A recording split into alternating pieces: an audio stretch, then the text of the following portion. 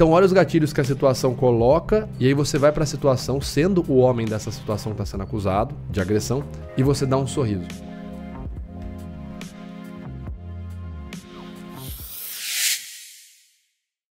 Pessoal, vamos para a nossa segunda análise. Eu quero abrir o nosso segundo vídeo aqui. Deixa eu já tirar o nosso áudio desse vídeo, por motivos de direitos autorais. Mas olhem para esse frame aí que vocês estão vendo na tela, do marido da Ana Hickman, tá certo? Quando vocês veem esse frame aí, o que passa na cabeça de vocês? Vocês acham que esse sujeito aí, ele tava arrependido mesmo? A frase dele é, pergunta se ele tá arrependido. Ele fala, lógico, e demonstra essa expressão aí. O que vocês acham? Arrependido mesmo? Papagaiada? Por esse frame que vocês estão vendo. Vamos ver o vídeo aqui na prática. Aqui é interessante quando perguntam pra ele sobre o medo, se ele teria medo com a repercussão do caso, né? Se ele teria medo de sair na rua. Quando você tem um câncer e quase morre. E ele vai falar, né? Quando se tem um câncer e quase morre, fazendo uma espécie de alusão a valores morais, ou o que a gente chamaria na retórica de pathos, né? Ele tá utilizando o storytelling, tá contando uma história triste de um câncer que ele passou, que ele quase morreu, uma história de superação. Você perde o sentimento do medo. Medo eu não tenho de nada na vida, nem da morte. Então ele vai, traz esse storytelling, né, dizendo pra gente que ele não tem mais medo de nada e não significa que isso seja falso, pode ser que ele realmente tenha essa convicção. Mas interessante o fato dele escolher contar isso, reforça também um pouco a imagem de autoridade, de segurança que ele tenta passar a todo momento nessa entrevista. Mas que, como a gente já falou, por conta da postura dele, por conta de todo um contexto, ao invés de transmitir uma imagem de segurança, para o grande público, a interpretação que acaba ficando não é segurança, nem a autoconfiança, mas sim uma imagem de arrogante. Essa é a interpretação que grande parte do público tira com essa entrevista do Alexandre. E no final aqui ele fala o seguinte: o que eu tenho é tristeza das abordagens que a gente sofre. Ele está dizendo que o que ele sente é tristeza das abordagens que a gente sofre. E nisso ele está falando sobre a forma que a mídia trata o caso dele. Percebam que quando ele fala que ele sente tristeza das abordagens que sofre, a voz dele fica um pouco mais embargada. Medo eu não tenho de nada na vida, nem da morte. O que eu tenho é tristeza das abordagens que a gente sofre. E quando ele vai falar das abordagens que a gente sofre, ele também causa uma elevação ali na região interior da sobrancelha. Das abordagens.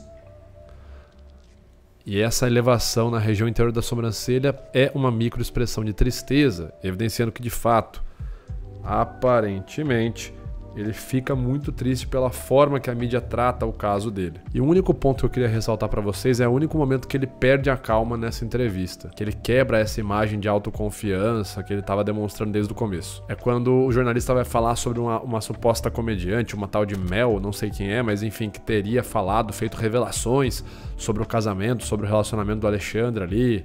Que é um humorista que trabalhou com... não, por favor, não. Essa é a única hora que ele perde a calma, ele começa a falar de maneira mais acelerada, ele faz ali uma microexpressão de raiva, ele inclusive chega a fechar os olhos, o que é um sinal de não visualização, e essa é a única hora, o único momento que ele perde a calma ali, que ele de fato rompe com aquela imagem, aquela postura de confiança que ele demonstrou desde o começo. Então provavelmente o que essa Mel revelou, né, ou disse que estaria revelando, enfim, não sei se o conteúdo que ela falou é verdade ou se é mentira, mas aquilo que ela apresentou para a mídia provavelmente frustrou de maneira muito forte o Alexandre, ao ponto dele perder até mesmo a imagem de superioridade, de confiança que ele estava demonstrando aqui nessa entrevista.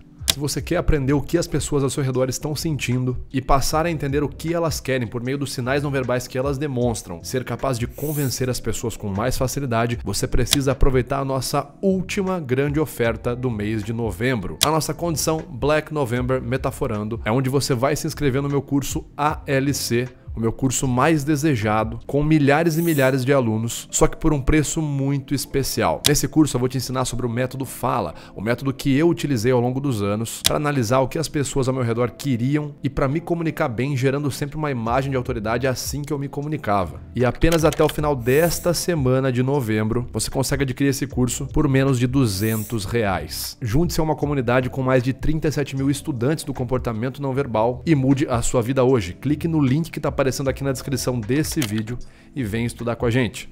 Essa é a expressão dele. Perguntam se ele está arrependido. Essa é a expressão do sujeito. Deixa eu jogar ele mais para cá. Então essa aí é a expressão dele, né? Está arrependido? Essa é a expressão que ele faz. Ele faz essa expressão e na sequência fala. Lógico, pelo amor de Deus. Pessoal, o que a gente consegue ver aqui nesse momento, no marido da Ana Hickman, é uma microexpressão de felicidade, é um sorriso genuíno. Né? Ele tem todas as características ali do sorriso genuíno de felicidade. A gente tem a contração no músculo zigomático maior, a gente tem a contração orbiculares dos olhos aqui, não é? Isso quer dizer então que ele estava feliz porque ele espancou não, perdão, eu não sei se ele espancou, mas ele estava feliz porque, conforme as notícias, ele teria agredido, então ele estava feliz de ter agredido a Ana Hickman. Não sei se ele estava feliz de ter agredido, se ele achou graça da pergunta, tipo assim, o cara tá sendo cancelado, o cara tá tendo a vida dele infernizada, tá tendo que ir na delegacia, a pessoa fala assim, e aí, está arrependido? O cara fala, porra, velhão, que pergunta, velhão, claro, né, velhão? Se ele achou graça da pergunta, porque é óbvio que ele vai ter que falar que tá, eu vou falar que não tô arrependido. Enfim, não dá pra saber o motivo, né? Como a gente sempre fala, a gente consegue analisar o comportamento facial dele e não a motivação. Mas aqui é muito evidente pra gente que isso é um sorriso de felicidade genuína. Então ele fala, lógico, pelo amor de Deus, né? Esse é o comportamento, essa é a resposta dele. Lógico, pelo amor de Deus.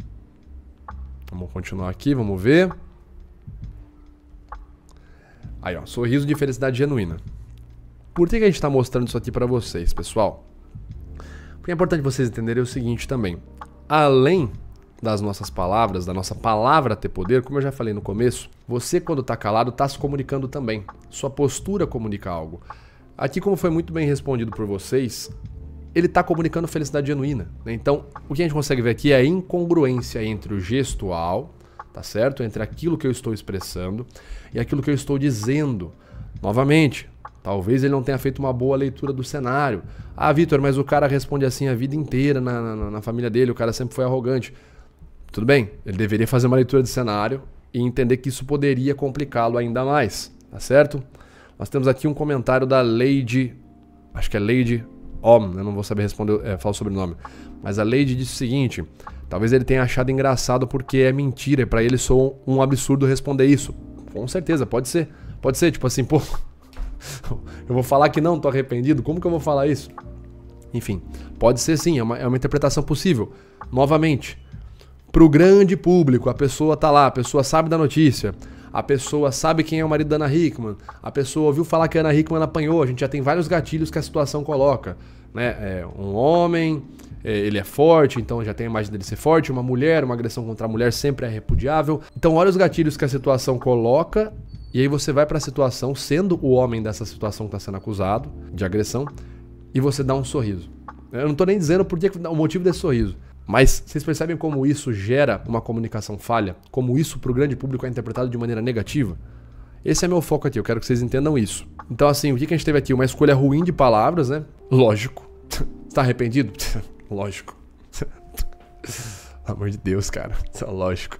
Uma escolha ruim de palavras com uma escolha ruim de comportamentos não verbais gera o quê? Sinais incongruentes. Comunicação falha. Vai gerar um ruído, vai gerar algo de negativo na sua comunicação para as pessoas que estão ali te assistindo, enfim, que estão ali te vendo, né? E como a gente fala, comunicação boa ou falha, assim que você começa a falar, assim que você abre a boca, a sua vida muda. Nesse caso, mais uma vez, a vida muda para pior. Olha aí os resultados sólidos da forma que o sujeito escolheu se comunicar. Primeiro comentário aí, 600 curtidas. O bicho é arrogante, intolerante, não sei como a Ana suportou esse homem. Comentário de baixo, esse cara é um perigo pro próprio filho. Partindo desse vídeo, os jornais de fofoca, os canais de fofoca fizeram matérias. Viralizam vídeos do marido de Ana Hickman sendo grosseiro com ela. Então, imagina, o cara já tava ruim a situação. Aí, depois que ele se comunica dessa forma, as pessoas passam a xingar ele mais e passam a fazer matéria sobre ele dizendo que ele é grosseiro, que ele é arrogante. Eu não tô entrando no mérito de falar, mas esse sorriso dele não era porque ele gostou de agredir. Eu não tô entrando nesse mérito. Eu quero que você entenda isso. O mérito que eu tô entrando o sorriso é genuíno. Nós podemos não saber o motivo, mas a situação é ruim. Você se comunicar dessa forma é uma escolha ruim de comportamento não verbal e uma escolha ruim de palavras. E depois que você começa a falar, a situação muda e nesse caso para pior, tá certo? Então lembrem disso também. Como disse aqui, ó, o Samuel Gondim, ele não pensou na possibilidade de ser analisado pelo metaforando. Sempre tem que levar essa possibilidade em conta, né, Samuel? É isso aí, cara.